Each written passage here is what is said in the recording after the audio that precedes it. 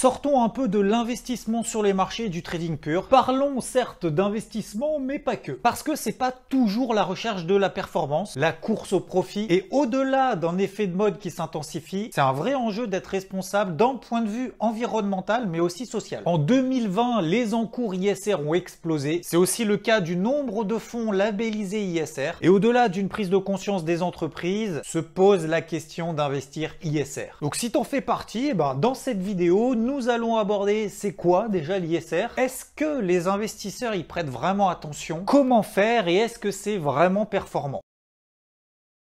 L'ISR, ça consiste à investir dans des entreprises qui prennent en compte dans leur système de développement pas seulement l'aspect financier, mais aussi des critères qu'on appelle ESG. E pour environnement, qui se base sur plusieurs critères. La consommation d'énergie, est-ce qu'ils utilisent des énergies renouvelables? Bien évidemment la pollution. Le bilan carbone, c'est une évidence, on va d'ailleurs en reparler. Et tout ce qui est gestion des déchets, recyclage et biodiversité. S pour sociétal, respect des droits de l'homme, du citoyen, engagement envers la collectivité, ou encore tout ce qui est sécurité et hygiène de travail, mesuré notamment en fonction du nombre d'accidents de travail. G pour gouvernance, la gestion des ressources humaines au travers du respect de la parité homme-femme. Est-ce que les salariés sont suffisamment formés pour pouvoir progresser et évoluer dans leur poste? Est-ce que la rémunération des cadres dirigeants est bien transparente? Est-ce qu'il y a la mise en place de systèmes anti-corruption, anti-blanchiment? Et est-ce qu'il y a un code de déontologie rigoureux et respecté?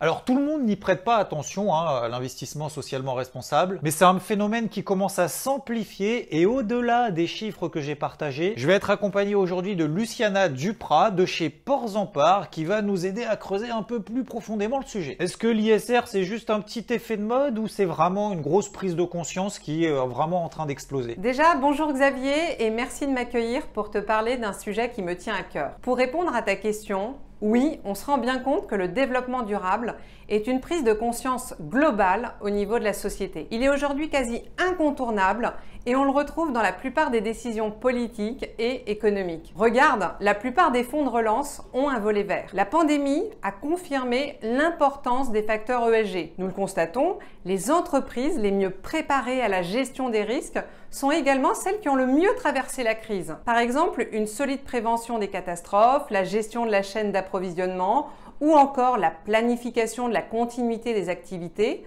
ont été un point essentiel dans cette crise. Après, ça dépend de qui on parle. Les nouvelles générations d'investisseurs sont le moteur de l'investissement responsable. Elles semblent plus enclines que leurs aînés à investir dans des solutions dédiées à la résolution des problèmes sociaux et environnementaux. Les plus de 35 ans ont consacré 77% de leur épargne en produits responsables. Ce chiffre tombe à 49% pour les plus de 50 ans. Un autre indicateur de cette prise de conscience actuelle est la collecte positive en 2020 des fonds actions ESG, ceux qui intègrent les fameux critères ESG que tu viens d'évoquer. Dans le même temps, les fonds actions traditionnels enregistraient une décollecte. En interne, cet engouement est clairement palpable. Aujourd'hui, les encours dits ISR, encours détenus au sein des portefeuilles en gestion sous mandat de BNP Paribas Banque Privée, s'élèvent à 3,5 milliards d'euros, soit une progression de 567%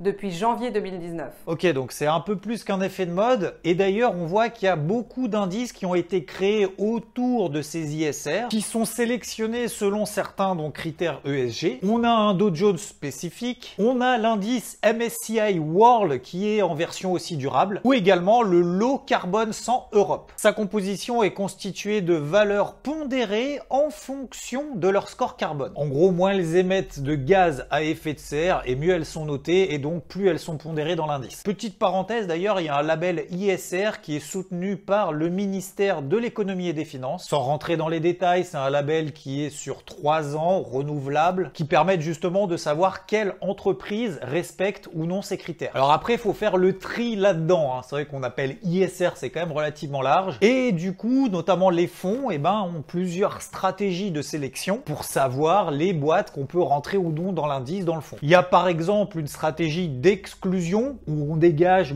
toutes les valeurs finalement qui correspondent pas à ces critères, genre le secteur où il y a une activité qui est liée plus ou moins près à la déforestation, au réchauffement climatique, à tout ce qui est addiction ou lié aux guerres, donc les armes à feu. Alors d'ailleurs, petite parenthèse, il y a des fonds d'ailleurs où c'est complètement l'inverse. Aux États-Unis d'ailleurs, il y a un fonds qui s'appelle Vice Fund, où dedans tu as tout ce qui est lié à l'alcool, l'armement et la défense, les jeux d'argent et le tabac. Donc c'est l'ISR mais à l'envers quoi. Après il y a d'autres stratégies, par exemple privilégier les entreprises où leur critère ESG est vraiment en train d'accélérer. Voilà, on va pas toutes les faire, mais d'ailleurs si tu veux après qu'on rentre plus dans les détails à propos de ces stratégies, n'hésite pas à le dire en commentaire et puis on avisera éventuellement pour faire une nouvelle vidéo. Globalement, moi j'ai l'impression quand même que ces normes ISR c'est un peu à la discrétion de chacun. On sait pas trop ce qu'il y a dedans et on sait pas vraiment quels critères sont pris en compte. Alors Luciana est justement là pour nous aider parce que je sais que vous avez des critères de sélection interne à base de trèfle, etc. D'ailleurs, est-ce que ces critères de sélection, est-ce que c'est vous qui les définissez ou est-ce que c'est un espèce d'accord global? Et est-ce que d'ailleurs tout le monde y a accès? Concrètement, comment est-ce que nous, on peut faire une sélection de quelle boîte dans un même secteur, laquelle est plus ISR que l'autre? Genre, prenons le secteur automobile par exemple. Tu as raison Xavier, cela manque d'homogénéité. Je te rassure, le régulateur européen est en train de poser le cadre depuis cette année, ce qui permettra aux particuliers d'y voir plus clair. Je vais te parler de notre approche au niveau des titres. Tout d'abord, comme d'autres acteurs financiers, nous pratiquons une politique d'exclusion. Exclusion sectorielle. Nous excluons les entreprises dont une part significative du chiffre d'affaires provient d'activités jugées néfastes pour la société ou l'environnement, type huile de palme. Les exclusions normatives. Nous excluons les émetteurs en violation des normes et conventions internationalement reconnues. Ensuite, nous nous appuyons sur une grille d'analyse ESG basée sur des dizaines d'indicateurs jugés pertinents sur les 3 thèmes, les fameux indicateurs que tu as développés au début. Tu en as cité quelques-uns. Et là, évidemment, tu peux imaginer que tout le monde ne reprenne pas les mêmes. Au niveau de la clientèle privée, où les portefeuilles peuvent être constitués de titres, fonds, ETF, nous nous reposons sur la méthodologie propriétaire de BNP Paribas Wealth Management, qui attribue une notation ESG sur ces instruments financiers. Les notes sont bien sous forme de trèfle, tu es bien renseigné, et varient de 0 à 10. C'est à partir de 5 trèfles que nous allons considérer qu'un fonds ou un ETF est ISR ou qu'une entreprise intègre de manière significative les critères ESG. C'est pour cela qu'il vaut mieux consacrer le terme ISR à un placement financier et parler d'intégration des critères ESG pour une entreprise. On parle même de durabilité. Pour te donner des exemples valeurs, je rebondis sur la vidéo de Florent qui te parlait du secteur de la technologie. Dans ce secteur, tu retrouves les semi-conducteurs ASML et STM qui ont une notation de 8 trèfles. Dans la tech US, on peut citer Microsoft qui a une notation de 8 trèfles. Dans les secteurs value qui ont eu la cote cette année, on peut citer Michelin avec 8 trèfles ou Crédit Agricole avec 7 trèfles. Si tu veux ou vous voulez en savoir plus, n'hésitez pas à poser vos questions dans les commentaires. Maintenant, on va se poser la question de manière concrète en termes de performance. Parce que l'idéal, c'est pas d'être tout sur la performance et de s'en taper complètement de l'ISR et inversement de pas être à fond ISR dans une boîte qui fait que perdre de l'argent parce qu'en tant qu'investisseur,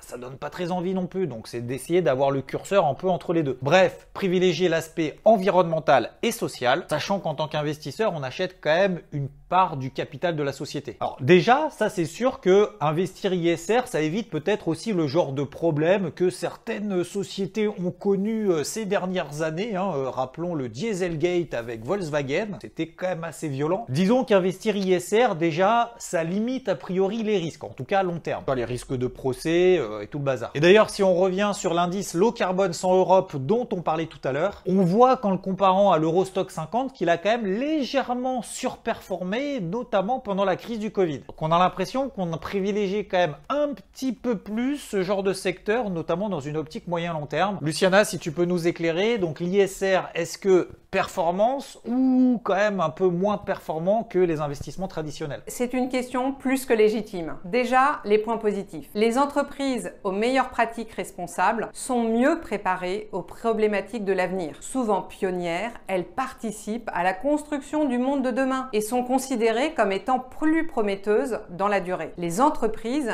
qui intègrent les bonnes pratiques ESG ont constaté une plus grande résilience, voire une amélioration durable de leur performance. L'investisseur les considère comme une meilleure opportunité d'investissement. Elles sont plus solides sur le long terme et présentent souvent des marges de valorisation non visibles par le prisme financier traditionnel. Tout à l'heure, quand on parlait des fonds ESG d'actions européennes, il faut savoir qu'ils ont connu une surperformance de 1 à 3,5 par rapport aux mêmes fonds non ESG. En 2015, selon une analyse menée par l'Université d'Oxford et Arabesque Partners sur la base de 200 sources, 80% des études examinées montrent que les pratiques de durabilité prudente ont une influence positive sur la rentabilité des investissements. Maintenant, une réduction de l'univers d'investissement peut priver les portefeuilles de certaines sociétés très rentables ou engendrer des biais sectoriels plus marqué qu'un portefeuille traditionnel. Sur le terrain, ce que je constate pour les clients que j'accompagne, au-delà de la performance, ils souhaitent appréhender l'impact de leur portefeuille sur l'environnement et la société. Nous travaillons sur un rapport durable qui leur permet d'en mesurer l'impact. Merci Xavier pour cette invitation. C'était un plaisir d'échanger avec toi et ta communauté. Si vous avez aimé ce contenu, n'hésitez pas là encore à le faire savoir en likant. Merci Luciana d'être passée par la chaîne. Et d'ailleurs, vous, est-ce que vous investissez ISR? Est-ce que c'est un critère que vous regardez? Comment? N'hésitez pas à le mettre en commentaire et un like aussi au passage. Merci à vous, à la prochaine. Ciao!